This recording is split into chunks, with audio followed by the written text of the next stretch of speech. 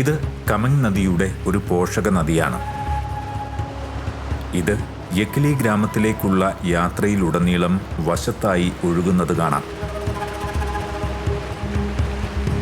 അരുണാചൽ മലനിരകളിലൂടെയുള്ള സുവിശേഷ പ്രഘോഷണ യാത്ര 30 കിലോമീറ്റർ പിന്നിട്ട് കഴിഞ്ഞു. ഇനിയും ഏതാണ്ട് 30-നടുത്ത് കിലോമീറ്ററുകൾ ദൂരം നടക്കാനുണ്ട്.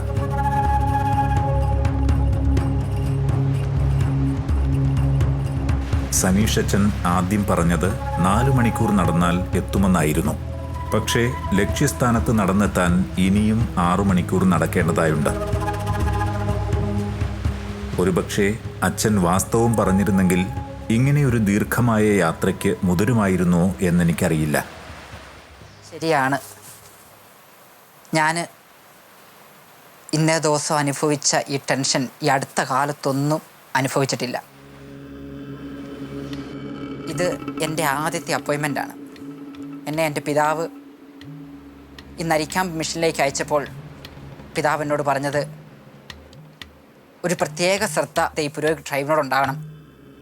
എൻ്റെ പിതാവ് ആ ട്രൈബിനെക്കുറിച്ച് ചെറുതായിട്ട് എന്നോടൊന്ന് പറഞ്ഞു തന്നു. ഞാൻ അതിനുശേഷം ഇവിടെ വന്ന് ഇവരുടെ ഇടയിലേക്ക് ഇറങ്ങിയപ്പോഴേക്കും എനിക്കും മനസ്സിലായി ഇവരുടെ ബുദ്ധിമുട്ടുകൾ, ഒത്തിരിയേറെ ബുദ്ധിമുട്ടുകളും കഷ്ടതകളിലൂടെ ഇവർ കടന്നു പോകുന്നത്. അപ്പം ഇവിടെ നമ്മളീ പോകുന്ന യക്ലി വില്ലേജിലേക്ക് ഇതിനു മുമ്പ് ആരും പോയിട്ടില്ല. മിഷണന്മാരല്ലാതെ മറ്റാരും അവിടെ ചെന്നിട്ടില്ല. അപ്പം അതുകൊണ്ട് എനിക്കും ഇത് വെളിയിലോട്ടൊന്ന് കാണിച്ചു കൊടുക്കുവാനായിട്ട് ഒരു നിർവാഹവും ഇല്ല. ആരെ ഇവിടെ കൊണ്ടുചെല്ലും? അങ്ങനെ ഇരിക്കുന്ന സന്ദർഭത്തിലാണ് ഞാൻ അറിയുന്നത് ഷാലോം TV ഞങ്ങളുടെ രൂപതയുടെ ഡോക്യുമെൻ്ററി എടുക്കുവാനായിട്ട് വരാനായിട്ട് ആഗ്രഹിക്കുന്നെന്ന്. പെട്ടെന്ന് ഞാൻ ഈ ഷാലോം TV മെമ്പേഴ്സിനോട് ഞാൻ ചോദിച്ചു, എങ്ങനെയാണ് എൻ്റെ ഒരു മിഷൻ എടുക്കാൻ പോകാൻ സാധിക്കുമോ? എന്നിട്ട് ഞാൻ അവരോട് ഇവരെക്കുറിച്ചൊന്ന് ചെറുതായിട്ടൊന്ന് പറഞ്ഞു, ഇവരുടെ ഹിസ്റ്ററികളൊന്ന് പറഞ്ഞു. അത് കേട്ട് അവർ പറഞ്ഞു, അച്ഛാ തീർച്ചയായിട്ടും ഞങ്ങൾ വരാം. പക്ഷേ ഞങ്ങൾക്കൊരു 4 മണിക്കൂർ നടക്കാൻ പറ്റുന്ന ഒരു ഗ്രാമം അറേഞ്ച് ചെയ്ത് തരണം. അപ്പോൾ ഞാൻ ആകെ കൺഫ്യൂസ്ഡായി. കാരണം നമ്മളീ പോകുന്ന ഗ്രാമമാണ് ഇവർ താമസിക്കുന്ന ഏറ്റവും അടുത്ത ഗ്രാമം. അതായത് ഞാൻ ഒരുമാതിരി നല്ല സ്പീഡ് നടക്കുന്ന ആളാണ്. എനിക്ക് തന്നെ അത് 8.5-9 മണിക്കൂർ എടുക്കും ആ ഗ്രാമത്തിൽ ചെല്ലുവാനായിട്ട്. അപ്പോഴേക്കും ഇവരെ സംബന്ധിച്ചിടത്തോളം ഒരു 13-14 മണിക്കൂർ എടുക്കുമെന്ന് എനിക്ക് തോന്നി. പക്ഷേ എനിക്ക് എങ്ങനെയും ഇവരെ അവിടെ കൊണ്ടുചെല്ലണം. ഇത് ലോകത്തെ ഒന്ന് കാണിക്കണം.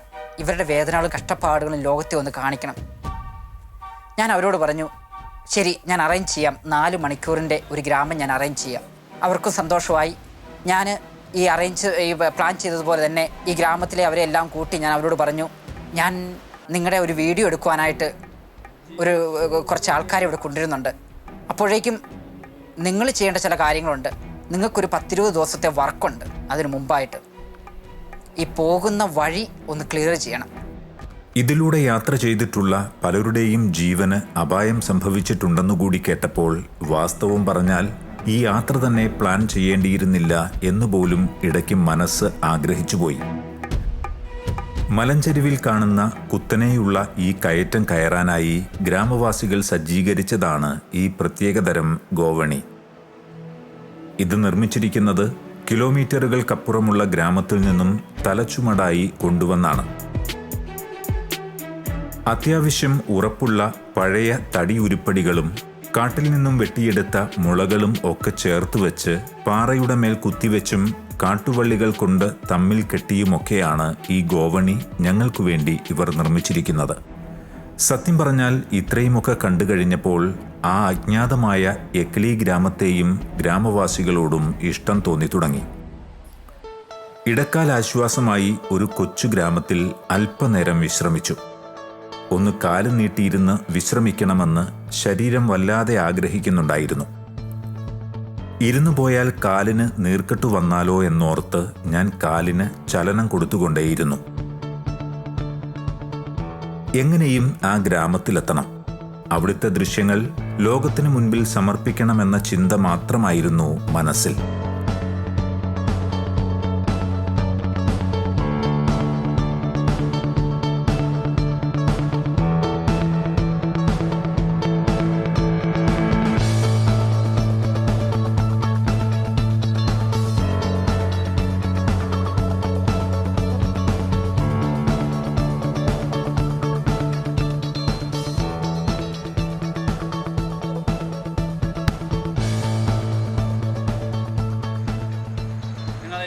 വടക്കേയുള്ള എക്കിലിയിലേക്കുള്ള യാത്രയിലാണല്ലോ. അതിൻ്റെ ഇടവഴിയിൽ വിയു എന്ന് പറയുന്ന ഒരു വില്ലേജിലെ പള്ളിയാണിത്.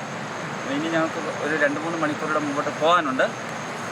ഇവിടെ ഏതാണ്ട് 16 കുടുംബങ്ങളുണ്ട്, 16 കത്തോലിക്ക കുടുംബങ്ങളുണ്ട്. അവർ ഉപയോഗിക്കുന്ന പള്ളിയാണ്. പലപ്പോഴുമൊക്കെ അച്ഛൻ വന്ന് കുർബാന ചെല്ലാറുണ്ട്. അപ്പോൾ അവർ ഞായറാഴ്ചകളിൽ ഒന്നിച്ചുകൂടി പ്രാർത്ഥന നയിക്കും. നമുക്ക് ഇത് മുസബി ടൈപ്പാണ്. ഇപ്പോൾ ഈ കാലഘട്ടത്തിൽ ഇവിടെയൊക്കെ വളരുന്നുണ്ട്. ഇത് ഓറഞ്ചിൻ്റെ സീസൺ ആവുന്നതേ ഉള്ളൂ. അപ്പോൾ അതുകൊണ്ട് നമുക്ക് വഴിയിൽ ദാഹം മാറ്റാനായിട്ട് സഹോദരൻ പറിച്ചു കൊടുത്തിട്ടുണ്ട്. ഞങ്ങളുടെ കൂടെ യാത്ര ചെയ്തുകൊണ്ടിരിക്കുന്ന സഹോദരനാണ്. അപ്പം നിച്ചു അപ്പം ഞങ്ങളെ വില്ലയിലേക്ക് കൊണ്ടുപോകാനായിട്ട് സഹോദരൻ ഞങ്ങളുടെ കൂടെ തന്നെ ഉണ്ട്. നമുക്ക് ഇനി യാത്ര ചെയ്യാം.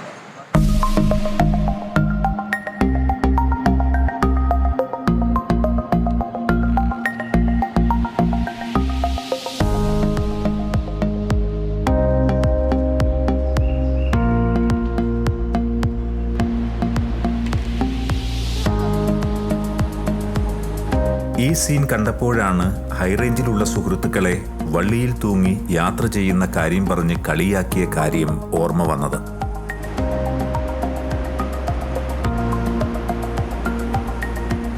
ഇതിത്രയും അപകടകരവും സാഹസികവുമാണെന്ന് വെറുതെ കളിയാക്കുമ്പോൾ അറിഞ്ഞിരുന്നില്ല. ഇന്നും ഇത് നമ്മുടെ രാജ്യത്തുള്ള മനുഷ്യർ ഇങ്ങനെയൊക്കെ യാത്ര ചെയ്യുന്നുണ്ടെന്ന് നാം മനസ്സിലാക്കേണ്ടതുകൂടിയാണ്.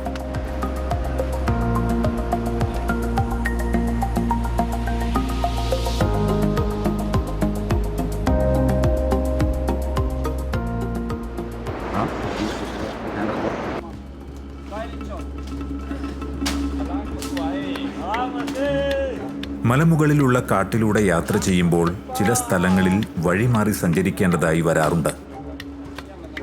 എന്താണെന്ന് പറഞ്ഞാൽ ചില സ്ഥലങ്ങളിൽ നല്ല മഴ പെയ്യാറുണ്ട്. അവിടെ വെള്ളം കുത്തിയൊലിച്ച് നദിയിലേക്ക് പായുമ്പോൾ പഴയ ഒറ്റയടി പാതയും കൂടി ഒഴുക്കിക്കൊണ്ടു പോകാറുണ്ട്. ഈ അവസരത്തിൽ പുതിയ ഒറ്റയടിപ്പാത വെട്ടിത്തെളിച്ചുകൊണ്ടായിരിക്കും യാത്ര തുടരേണ്ടത്.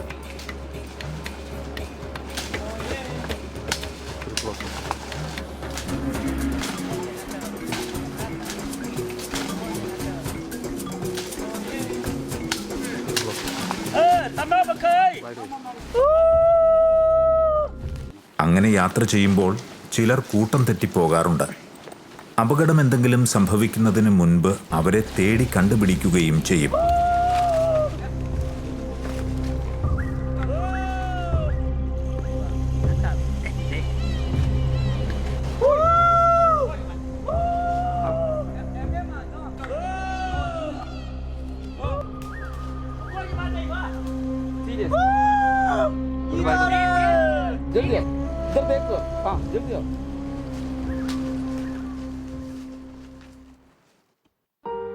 ചിലയിടങ്ങളിലൂടെ യാത്ര ചെയ്യുമ്പോഴൊക്കെ വചനഭാഗങ്ങളിലൂടെ കടന്നുപോകുന്ന പ്രതീതിയായിരുന്നു. കർത്താവാണ് എൻ്റെ ഇടയൻ, എനിക്കൊന്നിനും കുറവുണ്ടാവുകയില്ല. പച്ചയായ പുൽത്തകിടിയിൽ അവിടുന്ന് എനിക്ക് വിശ്രമമരുളുന്നു. പ്രശാന്തമായ ജലാശയത്തിലേക്ക് അവിടുന്ന് എന്നെ നയിക്കുന്നു. അവിടുന്ന് എനിക്ക് ഉന്മേഷം നൽകുന്നു. തൻ്റെ നാമത്തെ പ്രതി നീതിയുടെ പാതയിൽ എന്നെ നയിക്കുന്നു. മരണത്തിൻ്റെ നിഴൽ വീണ താഴ്വരയിലൂടെയാണ് ഞാൻ നടക്കുന്നതെങ്കിലും അവിടുന്ന് കൂടെയുള്ളതിനാൽ ഞാൻ ഭയപ്പെടുകയില്ല. അങ്ങയുടെ ഊന്നുവടിയും ദണ്ഡും എനിക്കുറപ്പേകുന്നു.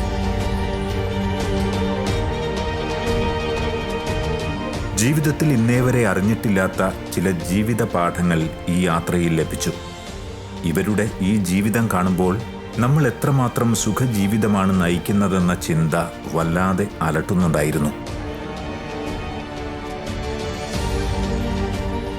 ഈ പാവം ജനങ്ങളുടെ ജീവിത വഴിത്താരയിലൂടെ നമ്മളെ ക്ഷണിച്ചുകൊണ്ടു പോകുമ്പോൾ അവരുടെ മുഖത്ത് പ്രകടമാകുന്ന ആ സന്തോഷം കണ്ടാൽ മതി, നമ്മൾക്ക് യാത്രയിലുണ്ടാകുന്ന ബുദ്ധിമുട്ടുകൾ നിസ്സാരമായി തോന്നിത്തുടങ്ങും.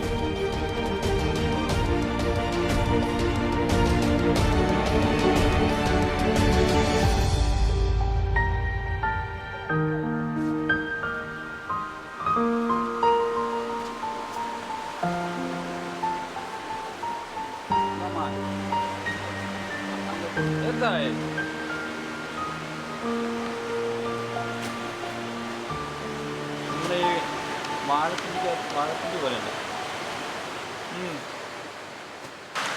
ഈ വാഴച്ചുണ്ടിനകത്തുനിന്ന് ഇങ്ങനെ എടുത്ത് തിന്ന പോലെ ഉണ്ട്. രസമുണ്ട്. ഇവർ ഒന്നുമില്ലാതിരിക്കുമ്പോൾ വഴിക്കുന്ന എന്തെങ്കിലുമൊക്കെ തിന്നേണ്ടി വരുമ്പോൾ തിന്നുന്ന സാധനങ്ങളാണെന്ന് പറഞ്ഞത്. ദാഹിക്കുമ്പോഴൊക്കെ ഇത് കഴിക്കുന്നതാണ്. പക്ഷേ ഒരു കാട് മുഴുവൻ വെട്ടി തീർക്കേണ്ടി വരും.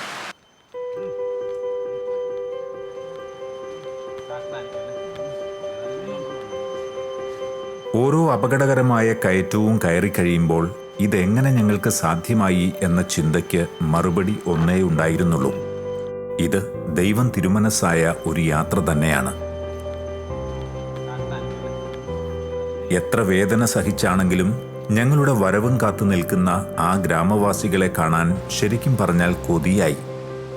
അവരുടെ സ്നേഹത്തിന് മുൻപിൽ എൻ്റെ വേദന ഒന്നുമല്ലാതെയായി. ഇത് പറയുമ്പോഴും നല്ല തണുപ്പുള്ള ഈ അന്തരീക്ഷത്തിൽ കാൽമുട്ടിൻ്റെ അസഹ്യമായ വേദന മൂലം എൻ്റെ ശരീരം വിയർത്തൊഴുകുന്നുണ്ടായിരുന്നു.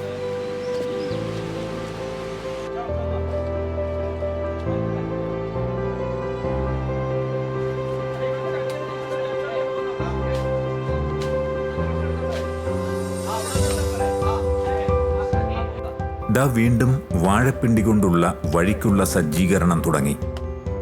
അപ്പം അതുകൊണ്ട് ഞാൻ ഇവരോട് പറഞ്ഞു, നിങ്ങൾ സൈഡിലൊക്കെ എവിടെയൊക്കെ തെറ്റുമെന്ന് തോന്നുന്നോ, തെറ്റാൻ സാധ്യതയുള്ള സ്ഥലങ്ങളൊക്കെ നിങ്ങൾ വേലി കെട്ടണം. അപ്പോൾ അവർ പറഞ്ഞു ഞങ്ങൾ കെട്ടാം. ഞാൻ പറഞ്ഞു പിന്നെ ചില സ്ഥലങ്ങളിലൊക്കെ പാലങ്ങളില്ല, ചെറിയ പാലങ്ങളില്ല. അപ്പം ഞാൻ പറഞ്ഞു എങ്ങനെയെങ്കിലും നിങ്ങൾ അവിടെ എന്തെങ്കിലും ഇടണം. കാരണം ഇവർ വരുന്നവർ നടന്ന് പരിചയമില്ല, അതുകൊണ്ട് ചെറിയ പാലങ്ങൾ. അതുകൊണ്ടാണ് നിങ്ങൾ ഒരു പക്ഷേ നിങ്ങൾ കണ്ടു കാണും വാഴപ്പിണ്ടി കൊണ്ടൊക്കെ പാലം ഉണ്ടാക്കിയിട്ടേക്കുന്നത്. കാരണം അവർക്ക് വേറെ അവിടെ നിവൃത്തിയില്ല. അപ്പോൾ അതുകൊണ്ട് ഞാനത് പറഞ്ഞു അവരോട് അവരപ്പോൾ അതുകൊണ്ട് അവർക്ക് പറ്റിയ എളുപ്പം ഒരു പണി അവർ വാഴപ്പിണ്ടിയോട് പാലമൊക്കെ ഇട്ടു. കാരണം ഇത് ഇത്രയും ദൂരം, അതായത് 10-60 കിലോമീറ്റർ അവർക്ക് ശരിയാക്കണം ആ ഗ്രാമക്കാർക്ക്. അപ്പോൾ അവരത്രമാത്രം അവർ പ്രിപ്പയർ ചെയ്തു. എന്നിട്ടാണ് നമുക്കിങ്ങനെ ഇത്ര നന്നായിട്ട് ഇതിലെ സഞ്ചരിക്കാനായിട്ട് നമുക്ക് സാധിച്ചത്. ഇത്രയും നിങ്ങളെ സംബന്ധിച്ചിടത്തോളം ഇതൊരു കൊടും വനമാണ്. എന്നെ സംബന്ധിച്ചിടത്തോളം കാരണം ഒത്തിരിയേറെ എളുപ്പമുണ്ട് ഇന്ന് ഇവിടോട്ട് നടക്കാനായിട്ട്. കാരണം വഴി ക്ലിയറാണ്. മറ്റേന്ന് പറഞ്ഞാൽ വഴി വളരെ ബുദ്ധിമുട്ടായിരുന്നു, നടക്കാനായിട്ട് ഭയങ്കര പ്രയാസമായിരുന്നു.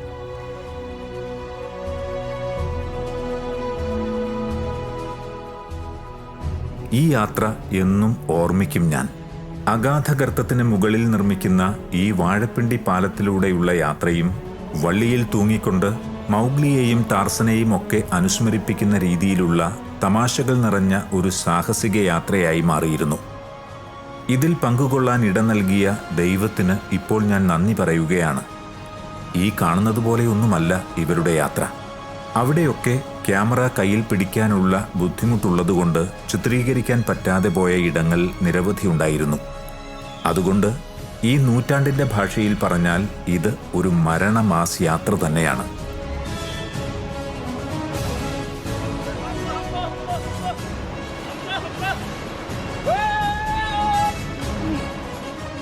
ആ സമയം സനീഷച്ചൻ ഇതിലൂടെ യാത്ര ചെയ്തപ്പോൾ അനുഭവപ്പെട്ട ഒരു സാക്ഷ്യം പറയുകയുണ്ടായി. അത് ഞങ്ങളുടെ തളർന്നുപോയ അസ്ഥികൾക്ക് ബലം പകരുന്നവയായിരുന്നു. ഒരിക്കലും ഞാനും ഒരു 3-4 യൂത്തും അതുപോലെ തന്നെ ഒരു ഇച്ചിരി എൽഡർലി ആയ ഒരു മനുഷ്യനും ഞങ്ങൾ ഒരു ചേട്ടനും കൂടെ ഞങ്ങൾ 3-4 പേര് ഒരു ഗോസ്പൽ ടൂർ ആരംഭിച്ചു. അങ്ങനെ ഞാൻ ഒരു 4-5 മണിക്കൂർ ഞങ്ങൾ നടന്നു. കാരണം അതൊരു 15 ദിവസത്തെ യാത്രയാണ്. അതായത് ആ 15 ദിവസം കൊണ്ട് അവിടെ ഒരു 9 ഗ്രാമങ്ങൾ കവർ ചെയ്യാനായിട്ടാണ് ഞങ്ങൾ പോകുന്നത്. അങ്ങനെ 5 മണിക്കൂർ യാത്ര ചെയ്ത് കഴിഞ്ഞപ്പോഴേക്കും യാത്രയ്ക്ക് ഈ ലഗേജുകളെല്ലാം ഉണ്ട്. അപ്പം ഞാൻ എൻ്റെ ലഗേജ് എടുക്കാതെ ഞാൻ കുർബാന കിറ്റ് എടുത്തു. ഈ കുർബാന കിറ്റ് എന്ന് പറഞ്ഞാൽ അതിൻ്റെ അകത്ത് കുർബാനയ്ക്ക് ഉപയോഗിക്കുന്ന വസ്ത്രങ്ങളുണ്ട്, അതുപോലെ തന്നെ കുർബാന പുസ്തകങ്ങൾ, ചോസിബിള്, ചാലീസ്, ഇതെല്ലാ സാധനവും മറ്റെല്ലാ കുർബാനയ്ക്ക് വേണ്ട എല്ലാ സാധനവും അത് ആ കിറ്റിലുണ്ട്. അപ്പോൾ ആ കിറ്റുമായിട്ട് ആ കിറ്റ് ഞാൻ എടുത്തു. കാരണം ഒരു കൂടിപ്പോയാൽ അതിൻ്റെ അകത്ത് കുർബാന പുസ്തകം എല്ലാം കൂടെ കൂട്ടിക്കഴിഞ്ഞാൽ ഒരു 6-7 കിലോ കൂടുതൽ ഒരു വെയിറ്റ് വരത്തില്ല, 7-8 കിലോ കൂടുതൽ ഒരു വെയിറ്റ് വരത്തില്ല. അപ്പം ഞാനിത് എടുത്തുകൊണ്ട് ഞാൻ മുമ്പേ പോകുന്ന അവരെൻ്റെ പുറകെയാണ്. അപ്പം ഞങ്ങളൊരു ഒരിടത്ത് ചെന്നപ്പോൾ ഇച്ചിരി തെന്നിക്കിടക്കുന്ന ചെറിയ മഴയുണ്ട്. അപ്പം ഞാനിങ്ങനെ താഴോട്ട് ഇറങ്ങിയ വഴിക്ക് എൻ്റെ കാലങ്ങ് തെറ്റിപ്പോയി. തെറ്റിപ്പോയപ്പോൾ എൻ്റെ കയ്യിലിരുന്ന ബാഗ് താഴോട്ടങ്ങ് പോയി. അതായത് ഒരു സൈഡ് നദിയാണ്, അതൊരു 100-150 മീറ്റർ താഴെ നദിയാണ്. കാര്യം പറഞ്ഞാൽ ഇത് ചപ്പിങ്ങനെ കയറി കിടക്കുന്നതേ ഉള്ളൂ. പക്ഷേ അത് കാല് തെറ്റിയാൽ അങ്ങ് പോകും. പക്ഷെ ഞാൻ ദൈവാനുഗ്രഹത്തോണ്ട് ഇപ്പുറത്തോട്ട് വീണു. ഈ ബാഗ് എൻ്റെ കയ്യിൽ നിന്ന് താഴോട്ട് പോയി. ആ ബാഗ് ഉരുണ്ട് താഴോട്ട് പോയി. എനിക്കാകെ അങ്ങ് വിഷമമായി. കുർബാനക്കിറ്റ് കാരണം ഞങ്ങളൊരു 15 ദിവസത്തെ പ്രോഗ്രാമിന് പോവുകയാണ്. 5 മണിക്കൂർ നടന്നു ഓൾറെഡി. ഇനി കുർബാനക്കിറ്റെല്ലാം മുമ്പോട്ട് പോയിട്ട് യാതൊരു കാര്യവുമില്ല. യാത്ര സ്റ്റോപ്പ് ചെയ്യാമെന്ന് മാത്രമേ ഉള്ളൂ. ഇപ്പോൾ ഞങ്ങളുടെ കൂട്ടത്തിൽ ഒരാൾ പറഞ്ഞ് ഞാനിന്ന് പോയി നോക്കാം അച്ഛാ, ഞാനൊന്ന് പോട്ടെ ഒന്ന് സൈഡ് വഴി. അപ്പം ഞാൻ പറഞ്ഞു വളരെ സൈഡ് വഴി ഒന്ന്. അപ്പം അദ്ദേഹം ഇറങ്ങിപ്പോയി. സൈഡ് വഴി അദ്ദേഹം ഇറങ്ങി. ഒരു മണിക്കൂർ കഴിഞ്ഞപ്പം പുള്ളി കയറി വന്നു. ഒരു 3/4 മണിക്കൂർ 1 മണിക്കൂർ അടുത്ത് പുള്ളി കയറി വന്നു. കാരണം ഒത്തിരി അങ്ങ് താഴെ ഇറങ്ങിപ്പോണം. അത് വളരെ ബുദ്ധിമുട്ട് ഇറങ്ങിപ്പോകാൻ, അങ്ങോട്ട് ഇറങ്ങിപ്പോകാനായിട്ട്. പുള്ളി കയറി വന്നു. പുള്ളി ദൈവാനുഗ്രഹിച്ച് ഈ ബാഗ് ആ നദിയുടെ തീരത്ത് പോയി അവിടെ ഒരു കുറ്റിയേൽ ഉടക്കി നിന്നു. ഈ വെള്ളത്തിൽ പോയിട്ടില്ല. ഏതായാലും അവൻ കയറി വന്നിച്ചിട്ട് അവൻ പറയാം, ഇത് ദൈവം തന്നെ പ്രവർത്തിച്ചൊരു വലിയ അത്ഭുതം തന്നെയാണ്. എനിക്കാദ്യം വിശ്വസിക്കാൻ പറ്റില്ല. കാരണം ആ ബാഗ് അവൻ ആ ആറിൻ്റെ തീരത്ത് പോയിട്ട് അതങ്ങോട്ട് ഉറപ്പായിട്ടും അത് പോകാം, ഉരുണ്ട് പോകാം. അത് കാരണം അതിൻ്റെ തൊട്ട് തീരെ എന്നിട്ട് അത് താഴോട്ട് വീണില്ല എന്ന് അവൻ സാക്ഷ്യപ്പെടുത്തുക.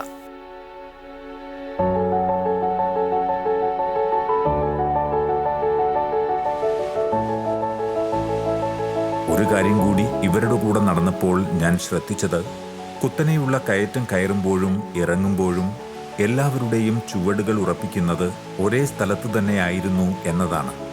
അവിടെ വഴുവഴുപ്പുള്ള പായൽ പാദരക്ഷ കൊണ്ട് പോയത് മൂലം തെന്നി വീഴാനുള്ള സാധ്യത തീരെ കുറവായിരുന്നു. പിന്നീട് ഞാനും അങ്ങനെ നടക്കാൻ തുടങ്ങിയപ്പോൾ കുറച്ചുകൂടി യാത്ര എളുപ്പമായി. ദൈവം എന്നെ ഓരോന്നായി പഠിപ്പിക്കുകയായിരുന്നു. വേദനകൾക്കിടയിലും ഞാൻ എൻ്റെ യാത്ര ആസ്വദിക്കുവാൻ തുടങ്ങി.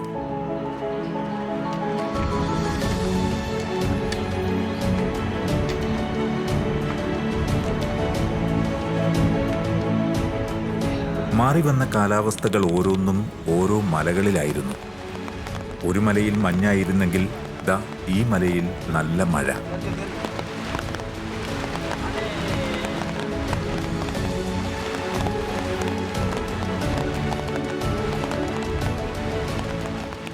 ദൈവത്തിൻ്റെ സൃഷ്ടി എത്ര നിഗൂഢം, എത്ര സുന്ദരം.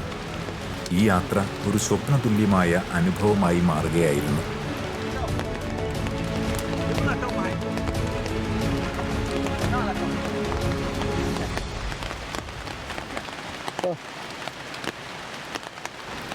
എല്ലായിടത്തും ഒരു തിരക്കഥ പോലെ ദൈവം ക്രമപ്പെടുത്തുന്നത് പോലെ ഈ മഴയത്ത് കയറിയിരിക്കാൻ ഒരു ഗുഹ ഞങ്ങൾക്കായി ഒരുക്കിയിരിക്കുന്നത് കണ്ടപ്പോൾ ദൈവത്തിൻ്റെ ആ കരുതുന്ന സ്നേഹത്തിന് മുൻപിൽ മുട്ടുമടക്കിപ്പോയി.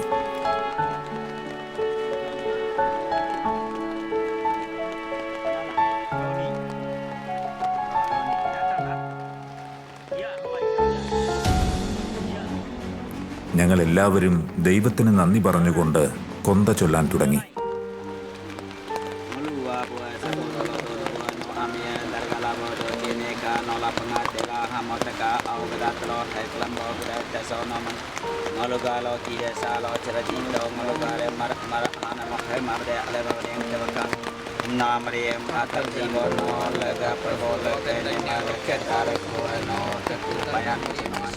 ചിലപ്പോൾ തോന്നിപ്പോകും, ഈ അച്ഛന്മാർക്കെന്താ ഭ്രാന്തുണ്ടോ എന്ന്. നമ്മുടെ മാനുഷികമായ ചിന്തയിൽ ചിന്തിച്ചു പോകുന്നതാ. ഈ സനീഷ് അച്ഛൻ കുടുംബത്തിൽ എത്രമാത്രം സുഖ സൗകര്യങ്ങൾക്ക് നടുവിൽ ജീവിച്ചിരുന്ന ആളാണെന്നോ.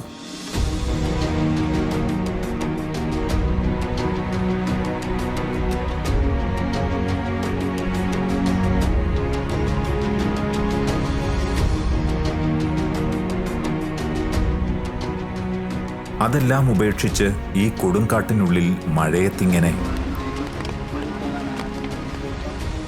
ബിജു അച്ഛൻ്റെ കുടുംബ പശ്ചാത്തലവും ഏതാണ്ട് അതുപോലെ തന്നെയാണ്. എല്ലാം വിട്ടെറിഞ്ഞ് ഒന്നുമില്ലാത്തവരിൽ ഒരാളായി ഇവരോടൊപ്പം ഇങ്ങനെ ജീവിക്കണമെങ്കിൽ ഭ്രാന്ത് തന്നെയാണ്. അതെ, കർത്താവിനോടുള്ള സ്നേഹം മൂത്തിട്ടുള്ള ഭ്രാന്ത്. സുവിശേഷത്തിനു വേണ്ടി ഇങ്ങനെ ജീവിക്കുന്ന ഒരുപറ്റം മിഷണറിമാരാണ് ഈ അരുണാചൽ മലനിരകളിലുള്ളത്. അതുകൊണ്ടാണ് ഞാൻ പറയുന്നത്, അരുണാചലിലെ മിഷണറിമാർ അതൊന്ന് വേറെ ലെവലാണെന്ന്.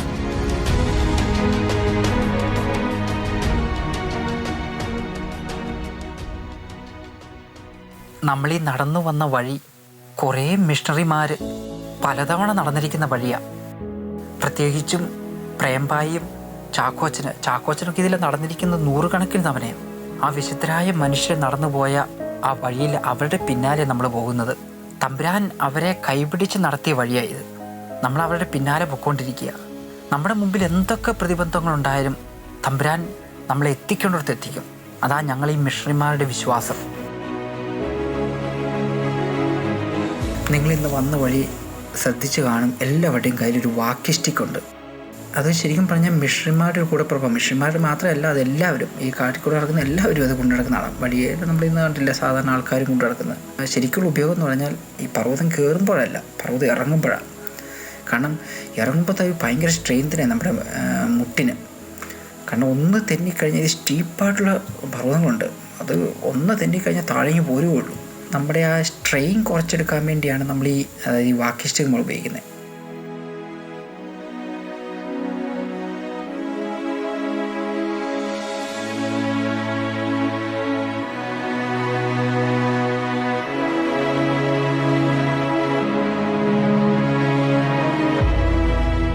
മുള കൊണ്ടുള്ള ഈ പാലം ഇങ്ങനെയൊന്നുമായിരുന്നില്ല എന്നാണ് സനീഷച്ചൻ പറഞ്ഞത്. മുൻപ് ഇതിൽ അത്യാവശ്യം പിടിച്ചു നടക്കാനുള്ള ഒരു മുള മാത്രമേ ഉണ്ടായിരുന്നുള്ളൂ. ഞങ്ങൾക്കു വേണ്ടി ഇത് കുറച്ചുകൂടി സുരക്ഷിതമാക്കിയതാണ്.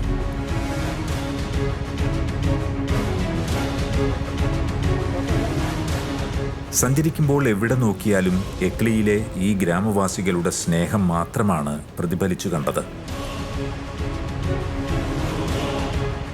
ഇനി എന്ത് നഷ്ടം വന്നാലും, ചിലപ്പോൾ ജീവനായിരിക്കാം, അതൊന്നും കൂസാതെ ഞങ്ങളുടെ യാത്ര തുടർന്നു.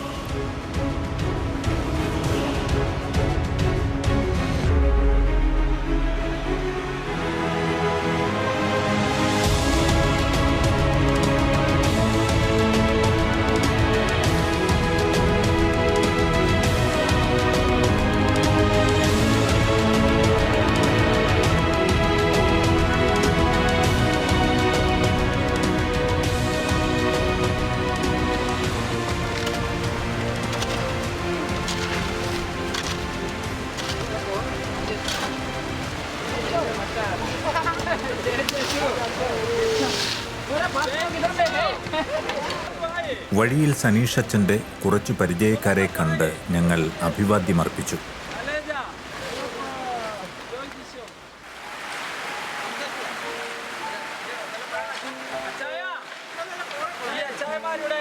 ഒരു പാലം ഉണ്ടാക്കുവാണ്. ഈ പാലം ഉണ്ടാക്കാനുള്ളത് സിമെന്റ് എല്ലാം താഴേന്ന് കൊണ്ടുവന്ന് പണിയുന്ന ഇതാരെങ്കിലും വലിയ ആൾക്കാർ കോൺട്രാക്ട് എടുത്തായിരിക്കും. അപ്പോൾ ഇന്നത്തെ ഇവർക്ക് ചെറിയൊരു പൈസ കൊടുത്തിട്ട് ഇവരെ കൊണ്ട് ചെയ്യിക്കുന്ന പരിപാടിയാണ്. അപ്പോൾ ഇവർക്കൊന്നും അറിയത്തില്ല ഇത് എങ്ങനെയാണ് ഇതിൻ്റെ കോൺട്രാക്ട് പരിപാടി, ഒന്നും അറിയത്തില്ല. ഇവർക്ക് ഇതുകൊണ്ട് ചെയ്യാൻ പറയും, അവർക്കൊരു ചെറിയൊരു എമൗണ്ട്, ഒരു ചെറിയൊരു പൈസ കൊടുക്കുകയും ചെയ്യും. ഏതായാലും അവരെ സംബന്ധിച്ച് അവർക്കൊരു പണി കിട്ടി, ഒപ്പം തന്നെ അവർക്കൊരു പാലവും കിട്ടി. ഇതുപോലെയാണ് ഇവിടുത്തെ കാര്യങ്ങളെല്ലാം നടക്കുന്നത്. ഒരുപക്ഷെ ഇതൊരു വലിയ പാലത്തിനുള്ള കോൺട്രാക്റ്റാണ്, നമുക്കറിയത്തില്ല. പക്ഷേ ഇതിൽ തൽക്കാലം ഇങ്ങനൊരു സാധനം പണിത് വെക്കുകയാണ്. എന്തെങ്കിലും സാധിക്കുന്നു എന്നുള്ളതിന് നമുക്ക് ദൈവത്തിന് നന്ദി. എത്രയെങ്കിലും ഇവർക്ക് സാധിക്കുന്നുണ്ടല്ലോ, ഇത് വരുന്നവർക്ക് നടക്കുന്നവർക്ക് എത്രയെങ്കിലും ഒരു ഉപകാരം കിട്ടുമല്ലോ എന്നുള്ളത് വളരെ സന്തോഷകരമായ കാര്യമാണ്.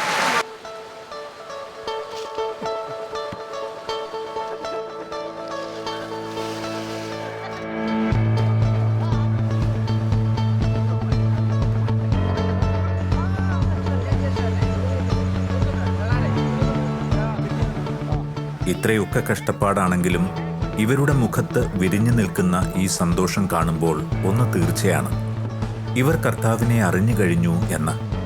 അതിൻ്റെ ഒരൊറ്റ ലക്ഷണമാണ് ഇവർ അനുഭവിക്കുന്നതും പ്രകടമാക്കുന്നതുമായ ഈ സന്തോഷം. ഇത്രയും യാത്ര കഴിഞ്ഞപ്പോൾ നേരം ഇരുട്ടി തുടങ്ങിയിരുന്നു. ഇനി എത്ര ദൂരമുണ്ടെന്ന് ഞാൻ അച്ഛനോട് ചോദിക്കാൻ നിന്നില്ല. ഞങ്ങൾ നടന്നുകൊണ്ടേയിരുന്നു. ജീവൻ പോകുന്ന വേദന ഇപ്പോൾ ഒരു സുഖമുള്ള വേദനയായി അനുഭവപ്പെട്ടു തുടങ്ങിയിരുന്നു എനിക്ക്. അപ്പോൾ മനസ്സിൽ ഒന്നു മാത്രമായിരുന്നു, എങ്ങനെയും ലോകത്തുള്ള ആരും തന്നെ ഇന്നേവരെ കാണാത്ത എക്ലി എന്ന ആ അപൂർവ ഗ്രാമത്തെ ഒന്ന് കാണണം. ദൈവാത്മാവ് നിക്ഷിപ്തമായ ആ ഗ്രാമത്തിലേക്കെത്താൻ മനസ്സ് തിടുക്കം വെച്ച് തുടങ്ങിയിരുന്നു. അപ്പോൾ അതിനുശേഷം ഞങ്ങൾ ഈ വെയ്യു എന്ന ഗ്രാമത്തിലെത്തി. വെയ്യുൽ എന്ന ഗ്രാമത്തിലെത്തിയപ്പം തന്നെ ഏകദേശം 8 മണിയായി. രാത്രി 8, 9 മണിയായി. ഇനി അവിടുന്ന് എന്നെപ്പോലുള്ള ഒരു നോർമൽ ആൾക്ക് നടക്കാണമെങ്കിൽ ഒരു 3 മണിക്കൂർ യാത്രയുണ്ട്. പക്ഷേ എനിക്കിവരെ രാത്രി തന്നെ അവിടെ എത്തിച്ചേ പറ്റുള്ളൂ. അപ്പം അതുകൊണ്ട് ഞങ്ങൾ രാത്രി 8 മണിയായപ്പോഴേക്കും ഞാൻ പ്രിൻസിനോട് പറഞ്ഞു, പ്രിൻസാണ് ഡയറക്ടർ, പ്രിൻസിനോട് പറഞ്ഞു നമുക്ക് പോയേ പറ്റുള്ളൂ. ഞാൻ പറഞ്ഞു ഞാൻ അതിനോടൊപ്പം തന്നെ ഏൽപ്പിച്ചിട്ടുണ്ട്, വഴി വീണാൽ ചുമക്കാൻ ആളിനെ വരെ റെഡിയാക്കിയിട്ടുണ്ട്. അപ്പം ഞാൻ പറഞ്ഞു നിങ്ങൾ ഒന്നുകൊണ്ടും പേടിക്കണ്ട. ഏതായാലും ഞാനും പ്രിൻസും മറ്റവരെല്ലാവരും വഴിയിൽ വെയിൽ കിടന്നു, ഞങ്ങൾക്ക് പറ്റത്തില്ല. ഇനി ഞാൻ പറഞ്ഞു നിങ്ങളെന്നാൽ ഒരു കാര്യം ചെയ്ത് നിങ്ങൾ രാവിലെ പോരെ, കാരണം മെയിൻ ആളിനെ അങ്ങ് എത്തിക്കുകയാണെങ്കിൽ മറ്റുള്ളവർ പതുക്കെ രാവിലെ എത്താമല്ലോ എന്ന് വെച്ച് ഞാൻ പ്രിൻസിനെ ആയിട്ട് ഞങ്ങൾ വില്ലേജിലേക്ക് യാത്ര തുടർന്നു. പ്രിൻസിനായിട്ട് യാത്ര തുടർന്നു. അങ്ങനെ ഞങ്ങൾ അവിടെ രാത്രി 12 മണിയായപ്പോഴേക്കും ഞങ്ങൾ ഗ്രാമത്തിൽ എത്തിച്ചേർന്നു. കർത്താവിൻ്റെ ദൂതരായിരുന്നു അന്നേരം എന്നെ അവിടെ എത്തിച്ചതെന്ന് മനസ്സിലായി. രാത്രിയിൽ മലയുടെ മുകളിൽ ചെറിയ ചാറ്റമഴയത്ത് ഒരു ടോർച്ചിൻ്റെ വെളിച്ചത്തിൽ മഴ കൊള്ളാതിരിക്കാൻ ഒരു വാഴയിലയുമായി നടക്കുമ്പോൾ എൻ്റെ കരത്തിൽ പിടിച്ചുകൊണ്ട് നടന്ന സഹോദരൻ അല്പം മുറുക്കെ പിടിച്ചപ്പോൾ എൻ്റെ കൈക്ക് വേദന അനുഭവപ്പെട്ടു. ഞാൻ സനീഷച്ചനോട് ചോദിച്ചപ്പോൾ അയാൾ കൈ മുറുകെ പിടിച്ചതിൻ്റെ കാരണം പറഞ്ഞു. അതിതാണ്, 2 ദിവസം മുൻപ് വഴി ശരിയാക്കുമ്പോൾ ഒരാൾ കാൽ വഴുതി താഴെ നദിയിലേക്ക് പതിച്ചത് ആ സ്ഥലത്തു വെച്ചായിരുന്നു എന്ന്. അതറിഞ്ഞപ്പോൾ എനിക്കപ്പോൾ വലിയ ഞെട്ടലൊന്നും അനുഭവപ്പെട്ടില്ല.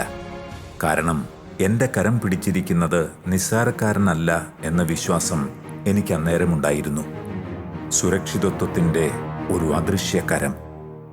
ദൈവത്തിന് മഹത്വം.